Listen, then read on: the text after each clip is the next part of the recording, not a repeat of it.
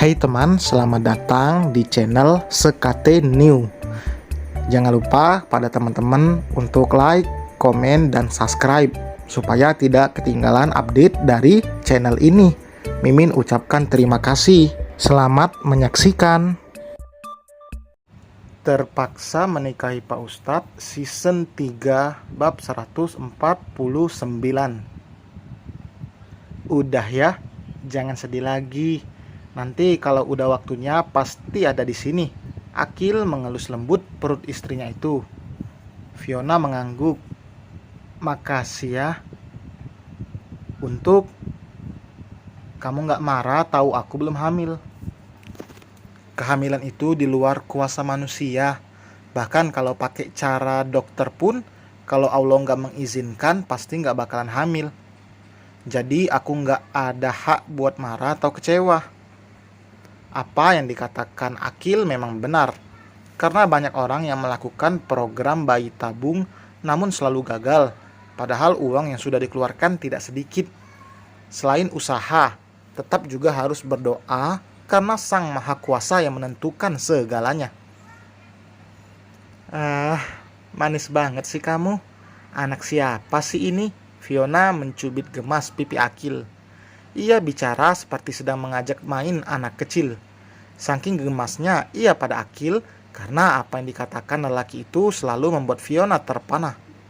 Setelah sarapan, Fiona langsung berangkat. Ia sepertinya akan dikirim ke luar negeri oleh sang ayah karena memang perjanjian mereka. Fiona pergi ke sana juga tidak sendirian. Ayahnya akan menemani. Demi kemajuan bisnis, jelas Fiona harus sedikit berkorban. Membayangkan jika harus berhubungan jarak jauh dengan suaminya, membuat Fiona merana. Ditinggalkan sebentar saja, rasanya tidak rela. Apalagi harus berpisah beberapa bulan.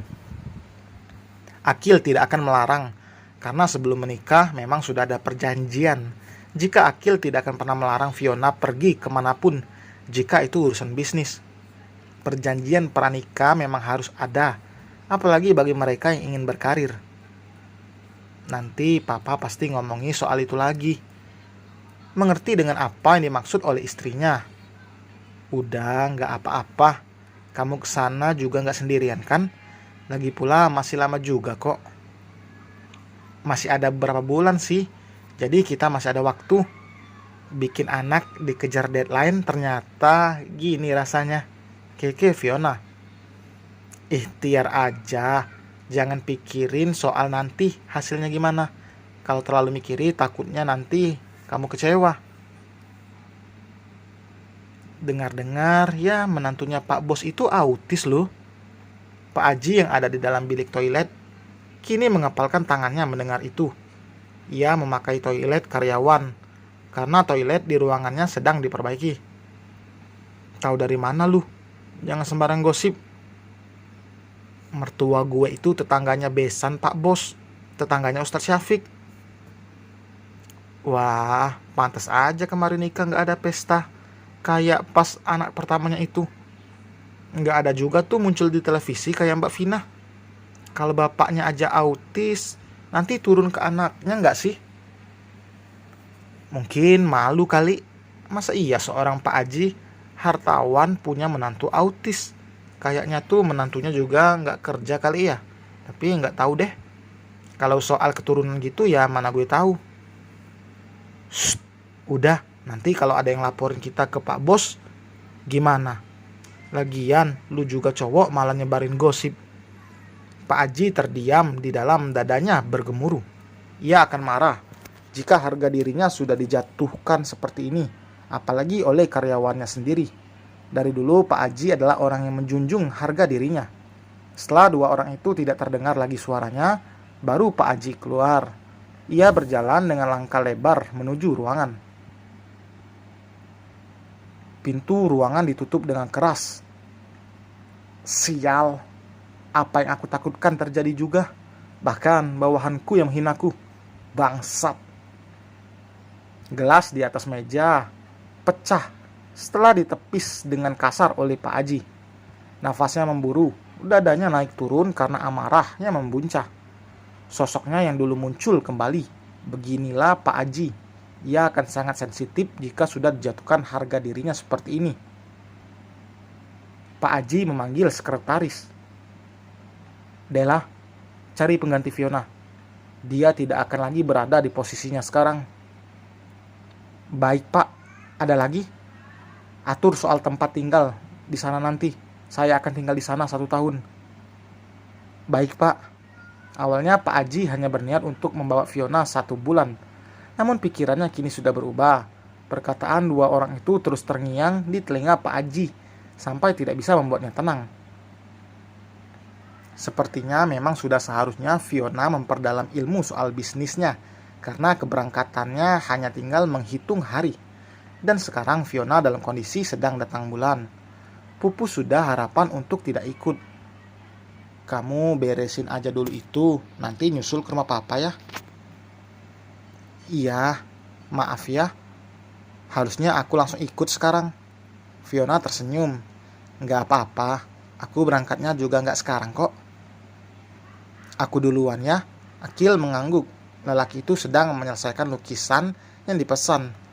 Ia terkadang membuat sendiri untuk dijual, tapi juga menerima pesanan sesuai apa yang diinginkan pembeli. Fiona berangkat seorang diri. Ayahnya mengatakan ada hal penting yang harus disampaikan. Akil menghentikan aktivitasnya saat ponsel miliknya berdenting, menandakan pesan masuk. Abang, jam berapa ada di rumah? Nanti Umi mau ke sana. Pesan dari Alika. Dengan cepat, Akil mengetik pesan balasan. Sekarang abang masih ada di rumah kok, Mi. Iya, nanti Umi ke sana sama Sevim. Akil menaruh kembali benda pipi itu di tempat semula. Ia harus segera menyelesaikan pekerjaannya agar bisa segera menyusul Fiona. Ia mengatakan jika akan menyusulnya 1 atau 2 jam lagi. Ini baru saja pukul 9:30 pagi. Raut wajahnya terlihat fokus, tapi perasaannya malah menjadi tidak enak. Jika perasaannya sudah seperti ini, Akil tidak akan bisa melanjutkan, karena hasilnya juga tidak akan baik. Lelaki itu memutuskan untuk menyusul Fiona yang setengah jam lalu sudah berangkat. Fiona tidak akan pergi kemana-mana dulu, karena tadi ia juga mengatakan akan langsung ke rumah ayahnya. Akil melupakan sesuatu jika ibunya akan datang ke sana. Ia menggunakan ojek online. Jika menggunakan kendaraan umum, jelas akan lama sampai di sana. Mas Akil, Fiona di mana, Bi? Ada di belakang, mau Bibi panggilin? Gak usah, Bi, biar aku sendiri aja yang kesana.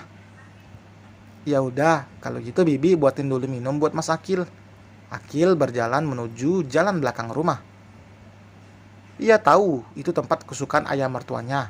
Jika sedang libur bekerja, pasti bersantai di belakang rumah sambil menikmati kopi. Papa minta aku datang ke sini cuman mau nyuruh aku pisah sama Mas Akil. Papa ini kenapa sih? Siapa yang pengaruhi Papa? Langkah kaki Akil terhenti mendengar teriakan Fiona. Jaraknya sudah dekat dengan tempat Fiona dan Pak Aji yang terlihat jelas bicara serius. Apa yang dikatakan Fiona tadi sukses membuat Akil kaget. Ini memang salah Papa. Gak seharusnya Papa kasih izin kamu buat nikah sama Akil. Gimana nanti cucu Papa kalau lahir sama kayak ayahnya? Mau ditaruh mana muka Papa? Gara-gara Akil juga Papa jadi bahan cemoohan karyawan kantor. Papa merasa kepala Papa diinjak-injak. Tolong jangan kayak gini, Pak. Papa mau menghancurkan kebahagiaan anak Papa sendiri. Tangan Akil mengepal kuat, dadanya bergemuruh. Ia membalikkan tubuhnya. Ia tidak sengaja menabrak seseorang, membuat nampan yang dibawanya terjatuh. Suara itu juga mengejutkan Fiona dan Pak Aji. Fiona langsung datang ke sumber suara. Ia kaget saat melihat Akil yang berjalan menjauh, bahkan menghiraukan panggilan Fiona. Dan selesai teman, terima kasih telah mendengarkan. Waduh, di luar prediksi nih cerita kali ini. Terpaksa berpisah atau dipisah paksa. Gimana menurut teman-teman? Tulis di kolom komentar. Jangan lupa juga like, komen, dan subscribe. Sampai berjumpa di bab berikutnya. Bye.